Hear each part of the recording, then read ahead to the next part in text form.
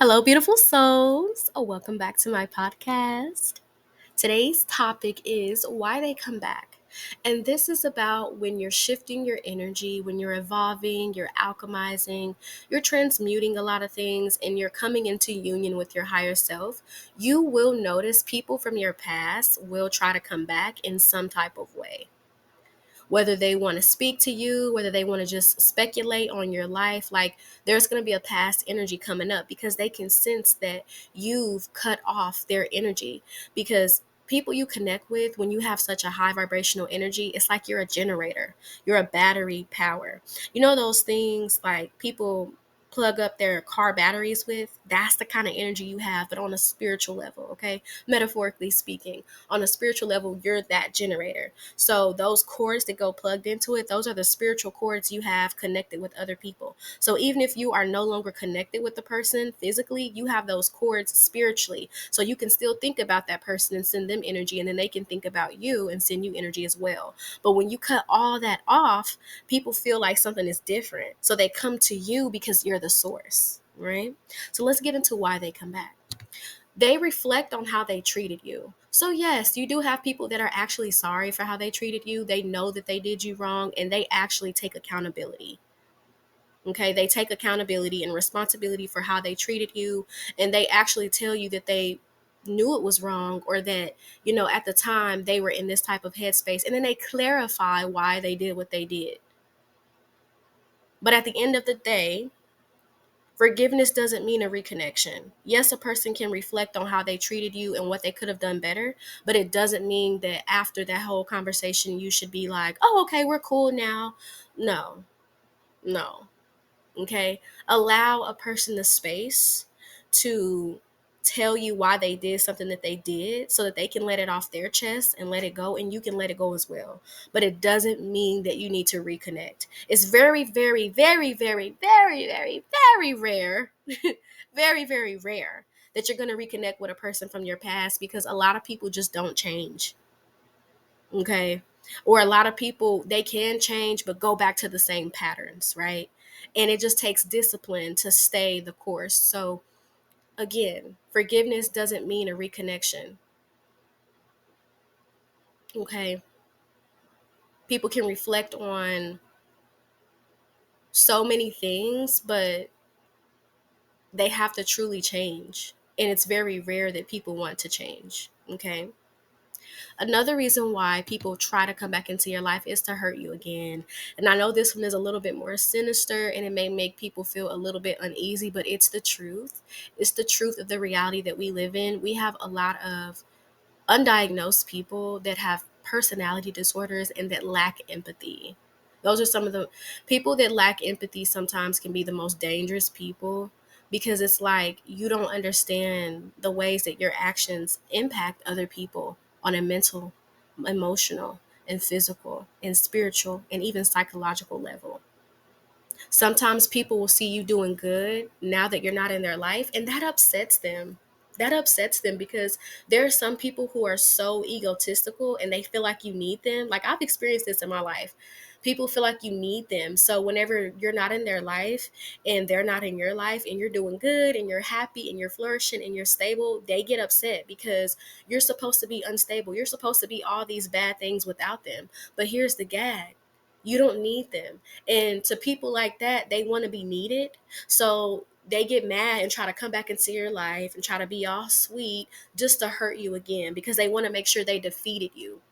And it's sad because their whole mission is to destroy you, because a lot of times, let me tell you why they want to hurt you. They see that light within you. We're going to get into that next. They see that light within you, and it's triggering something within them. It's triggering the darkness within them, and it makes them reflect on their shortcomings. It makes them reflect on things they need to change. It makes them reflect on what they lack. And some people can't handle that, especially if they have a personality disorder such as narcissism. A narcissist doesn't think anything about them is wrong. They don't think they need to change. They're offended when you tell them that they need to change something, or they're offended when people suggest that something about them needs to be changed. But they want to come back into your life to hurt you again, so they can feel like they defeated you. Like, yes, this person is never getting back up. This person is never going to be successful. Like, some people are so delusional, and very narcissistic that they think, and I'm not just throwing that word around, this is true. They think that they can defeat you. Like they think that they can go against God's plan. They can't go against God's plan. That's how you know you're messing with a person that's demonic. Because there are some people who are so just grandiose within themselves that they think that they can stop the plan God has for you. They think they can start up dramas and rumors, or they think they can use your pain or your past against you to stop you from getting to where you need to get to. And it's like they don't understand that the person that's leading you on this mission is God. So when they're trying to go against you, they're going against God. That's the irony of this whole thing with people who try to hurt you again. The reason why they don't understand that the reason why you have the strength, the reason why you're able to get up every day, even if you don't want to, is because you have God within you. These kind of people, they don't have God within them. They have the devil within them. They have negative energy within them. That's why they're trying so hard to hurt you. So they'll come back in and manufacture this kind personality, this sweet personality. They want you to put your guard down. Like I've had this happen to me, so I can tell you from experience that yes, the person will be really really sweet, cool with you for a couple days, maybe a week, maybe a month, and then that mask comes off again and they show you who they really are. Some people feel like they can't sleep, they can't chill, they can't be happy until that light within you is extinguished, and you can't let them do that. These kind of people I block on social media because I already know what their motive is. You want to come back into my life because you see that I'm happy without you, and that upsets you. It triggers you. And you don't, and sometimes these people don't even know why. They just know that it's triggering because some people feel that other people need them. Like some people, especially narcissistic people, base their personality around their attention and what they give to you, and then they try to starve you of that attention, or they try to use it as a power dynamic within the connection. So with these kind of people who try to hurt you again, you just have to be very mindful because you don't need to reconnect with people who've already hurt you. So if they've already done a number on you in the past, it's probably not wise to reconnect with them again, because people really do want to hurt you again. Like I remember there was a person I was connected to when I was younger, and whenever we would disconnect, I would be hurt a little bit, but I was okay.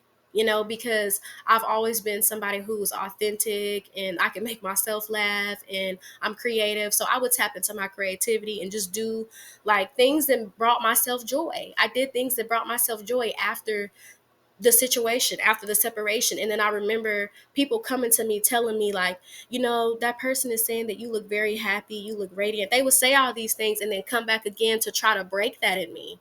They didn't want me to be happy or radiant, and they were offended that I was happy and radiant without them. So you have people like this who are crazy, okay, because they don't want you to be happy.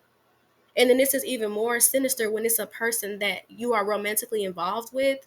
That's when it becomes like weird, because it's like, if you're supposed to love me and care about me, why do you want to destroy me? You have to understand that sometimes people who are dating you can be jealous of you. They can be, even if it's a man and you're a woman, it doesn't matter. People can be jealous because they see that light and it's triggering the demons within them. So yes, some people will try to come back and hurt you, and it doesn't have to be a romantic interest. It could be a friend, an old friend, a coworker, an old coworker. Like it could be anybody that have that spirit within them because they don't like seeing you shine. They're happy when you're defeated because that light is, it's like holy water to people. You have to understand your light is like holy water. It stings, but that doesn't mean that you need to stop shining. Keep shining your light no matter what. Just have discernment with these kind of people. And the more that you connect with God, the more God is going to let you know how people are and what the situation is, okay? So now let's get into your energy and your light. So I talked about this in the beginning. So you're like this generator, okay, with all this energy. And the thing about being the generator is you can always charge up yourself. You can go in nature, you can be alone, you can replenish yourself, but other people can't do that because they don't have a generator energy or a generator spirit. They're basically like a phone charger. Eventually it's going to go out, right? You're the generator, so they have to plug in their charger into you so that they can have that energy. This is why people come back, because they need your energy. It's like people can have your energy even after you disconnect because those cords are still there, but they won't have as much energy. It's like they need your energy to survive. So they come back around and try to get it. And they could try to get this through positive interaction, through complimenting you, giving you things, trying to let your guard down, or they can do it in a negative way through arguing with you, beefing with you, trying to compete with you, all types of shit, so that they can get some kind of energy, because they don't care if it's positive or negative as long as you're giving them the energy. It's like they need your energy to get certain things done. They don't know how to generate their own energy. These are energy vampires. They come back around because they see that you've done the healing. And these kind of people will wait till you get to a beautiful point in your life to try to come back around, because they like, okay, that's the maximum energy. I'm going to try to come in and take it. And then they can't. They can't. So they get mad, and they try other ways. That's why you'll have people who will try to argue with you, and you're like, I haven't spoken to you in a long time or years, and you have a problem with me. They need that energy. They need it. And you have to starve them. Don't give them your energy. Don't give them your energy. Embrace your light. There's nothing wrong with who you are. It's something wrong with them, okay? All of your life, I'm sure you felt like something was wrong with you, but it's not. It's not. When people can't handle that light, that's not for you to blame yourself for or make yourself feel bad. It's just a part of being divine, okay? When you're a divine being, like, you're sent here to awaken people. And I've seen this quote. I don't know who created this quote, but I seen it and it was like, you will trigger some with your light and you will heal some, or something like that. It says you will trigger some and make some happy or inspired, but either way, it's both medicine. So understand that. I know it can be disheartening when you feel like, damn, like, why do people just want to use me for my light? It's more common than you think. That's why you have to develop those skills of discernment so that you're not connecting with people who just want to take from you. Okay. You need to be connecting with people who can reciprocate and pour back into you and help you to bring your light out instead of dim it or take it for themselves. Okay.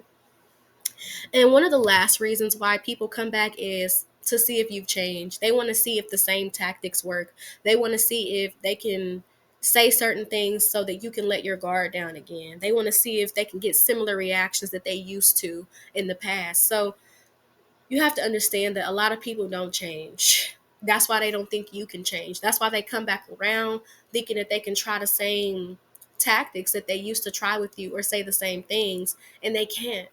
That's why you will have some people who will treat you like an enemy for life because you won't let them in your energy. You won't let them come back in. And some people will be like upset because you actually did change. You actually did grow, and they can see that. Meanwhile, they're still the same way you were when you first met them. So you really have to peep people, because a lot of people will come back around for so many different reasons, but you have to have the discernment to know why they're coming back around. Okay?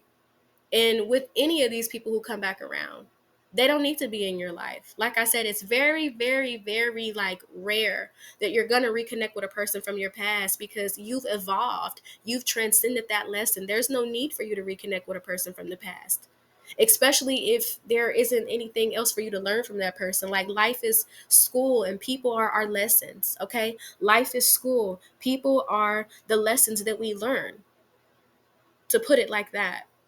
But they come back around and see if you've changed. Because if you haven't changed, they can try the same things that they used to try in the past and it's going to work. So you got to make sure that you're staying on your self-development and your healing journey so that you can let go of patterns and certain ways of reacting that don't serve you. Especially when you know that you're a reactive person because you don't take disrespect. They'll come back around for that. And then this is what they'll do. Let's say you have a new career, you got married, and somebody from the past comes back around and they start something with you and you react. They're going to be like, oh, you see, I told you she haven't changed. He hasn't changed. They haven't changed because they did this and they used to do this back in the day. Like, that's what people want to say about you. They want to say that you haven't changed. They want to broadcast it to everybody, especially if you have a platform, especially if you're making money or you're in a position where they feel that you don't deserve, or you're in a position that they didn't expect you to be in. They try to make it seem like you're that same person when you're not. They're that same person. Okay, so you have to peep the reverse psychology that people try to play on you. All right. But that was all. Thank you all so much for coming to my podcast. I really, really appreciate that. Mwah. Peace.